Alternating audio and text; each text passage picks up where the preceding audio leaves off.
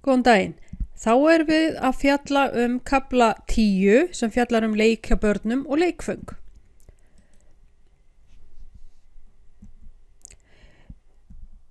Vinna eða leikur. Skiptir þetta einhverju máli? Vinna tengist ákveðnum árangri eða afrakstri og kveikjan að vinnu kemur utanfrá, en kveikja frjálsunleik frá barninu sjálfu. Þá komu auðkenni leiks. Leikurinn skemmtilegur og einkennist af virkni, áhuga, gleði og einbeitni. Og það sem felst í þessu að leikurinn ekki skylda. Áhuginn kemur á sjálfu sér. Þetta eitthvað sem skapandi atferli án þess að vera sér að horfa á árangur eða þetta sé árangurstengt. Sem sagt, án ytri umbunar og varir á meðan að börnin leika sér og ekki lengur og þau prufa það ýmislegt sem bannað því þetta þykjustuleikur. Og við skoðum þetta nánar. Og hvað þá leikur? Honum oft skipt í 4 flokka eftir aldri barna. Þetta eru skynfæra og hreyfileikir, þetta eru sköpunar og byggingarleikir, þykistu og hlutverkuleikir og regluleikir. Og þetta gamla skiptingin frá PSA. Leikurinn talinn efla þroska barna á mismunandi sviðum. Þannig hann talinn efla félagsþroska, tilfinningaþroska, hreyfiþroska, málþroska og siðferðisþroska. Og þetta bara ekkert smáræði. Jeremy Bruner var sálfræðingur sem hafði mikinn áhuga fyrir leik barna og hann gerði tilraun þar sem hann var með 4 hópa. 3 hóparnir fengu mismunandi leiðbeiningar hvernig þau áttu að bera sig að. 4. hópurinn fékk að leika sér frjálst að efni og áhöldum en enga leiðbeiningar. Þetta var sem sagt kassi sem var lokaður og þau áttu að fengu prik og þau áttu að ná í dótið úr kassanum með prikinu. Niðurstaðan kom algjörlega óvart. Vegna þess að 4. hópurinn sem fekk enga leiðbeiningar heldur var bara í leik, hann stóð sig ekki síður heldur en hinir og stundum betur og þau höfðu meira úthald en það voru þau að leika sér. Þau voru ekki í einhverju sem þau áttu að gera, heldur var þetta eitthvað sem þau höfðu valið sér sjálf. Hvað hefur breyst varðandi leikinn? Á miðöldum var litið á börn sem litla fullorðna og leikur var sameiginlegur börnum og fullorðnum. Þannig að ef fólk hafði eitthvað frítíma þá var eitthvað leikur í gangi og það tók allir þátt í honum. En þetta átti kannski frekar við yfirstéttir heldur en við fólk hina vinnandi stétt sem höfðu kannski ekki mikinn tíma til að vera í leik. Síðar á öldum var farið að líta á leikinn sem barnslegt atferli.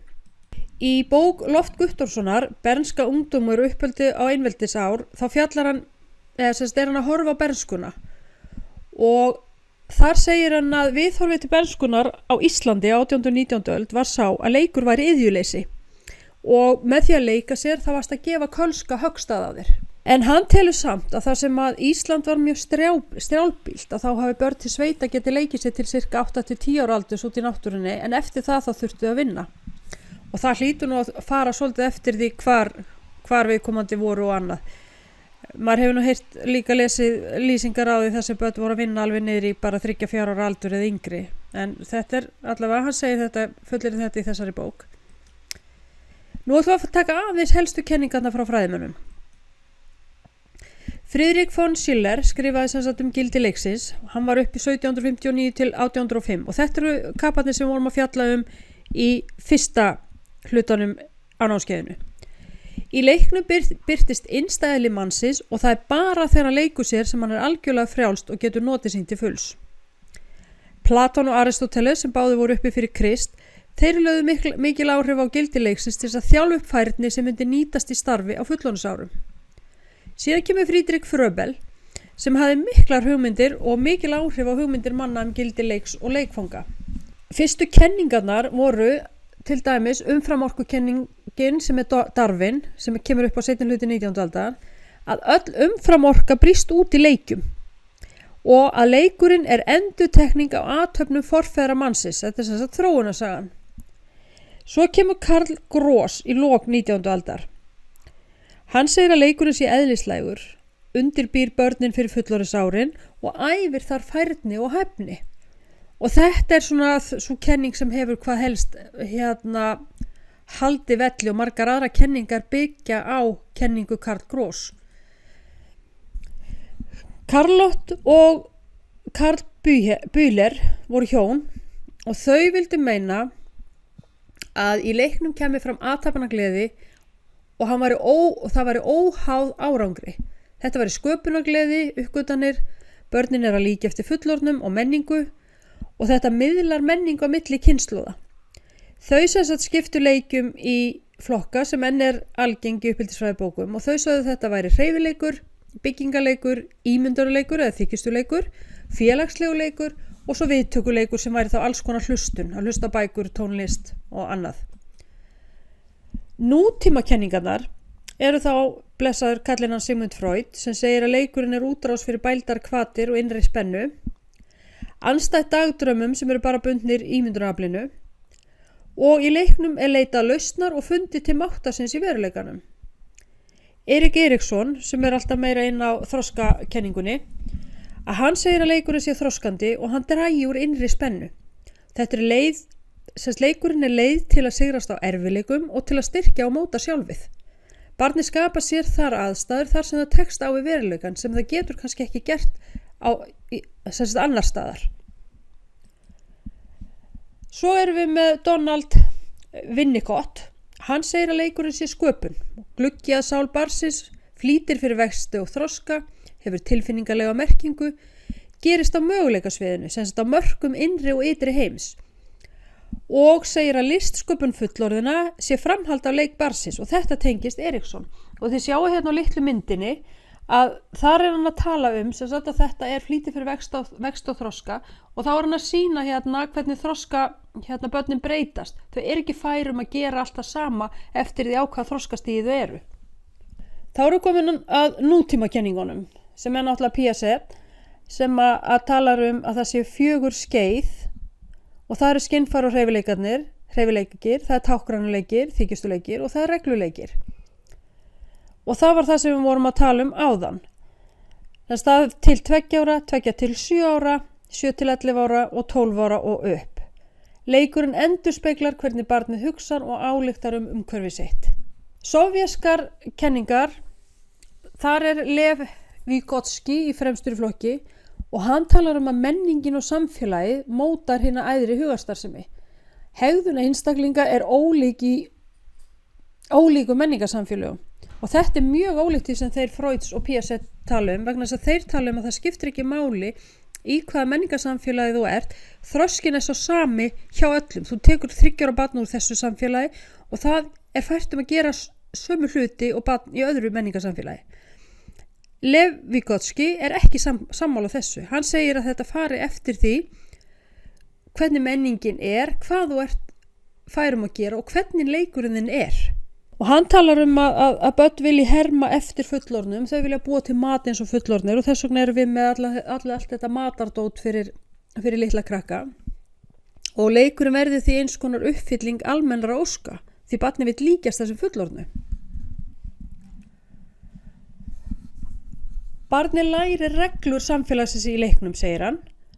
Leikurinn á rætur að rekja til tilfinningasambands barns við aðra og félagslegs þrýstings. Börn vilja fá óskir uppfylltar en erfitt getur verið uppfylla þær tafalaust en í leiknum leysir barnið úr þessari spennu. Og þessi hringir sem eru hérna á myndinni að þá hérna í gula hringnum þá getur hann ekki ennþá gert þetta.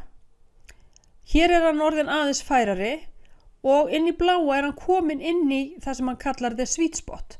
Af því þar getur hann gert hlutina sjálfur og færum að gera hlutina og þetta hefur hann gert með leiknum eða í gegnum leikinn.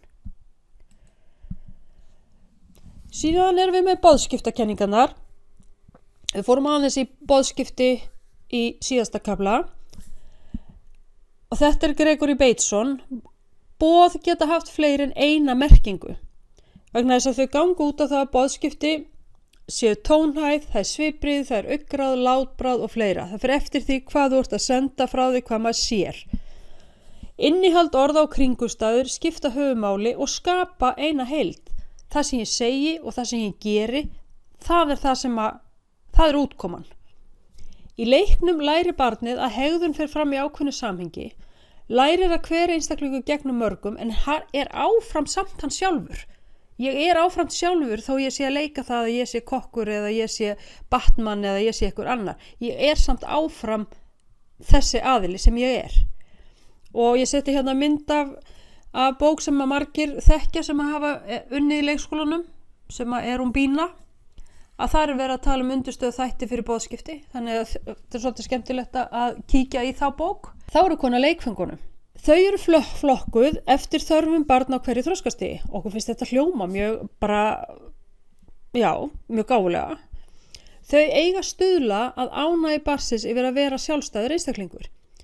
Þau verða að uppfylla allavega 2 skilyrði.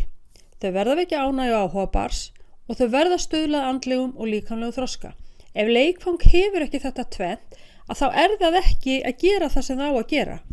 Og oft því þriðja bætt við að þau verða að vera hættulaus og þá miðað við þann aldur sem að við erum að fjalla um. Leikfang á að veita hæfilega erfið viðfangsefni. Barn verður fljótt leitt á að leika með hlutin ef það ekkert mál að gera þetta. Og fjölbreytileg leikföng viðhalda áhuga barnanna lengst og þetta til dæmis kubbar, hringar og mekkanó. Það að raða, hlaða eða setja saman og taka í sundur. Alls konar klippa og líma og mála og teikna, leira, baka, smíða og fleira. Og börn á öllum aldri hafa gaman á boltum. Það er alveg niður í bara pínulítil börn sem alla geta staðið og þau hafa mjög gaman að því að leika með sinni færni. Svo komum við að brúðunni og hún fær þarna sérstaka umfjöllun í kaflanum vegna þess að hún þykir hafa flesta kosti góðs leikfangs. Þannig að börn geta leikið sér með hana á fjölbreyttan hátt. Það getur myndað samstarf við brúðuna, sem sagt barnið á í einhvers konar tilfinningalegum tengslum.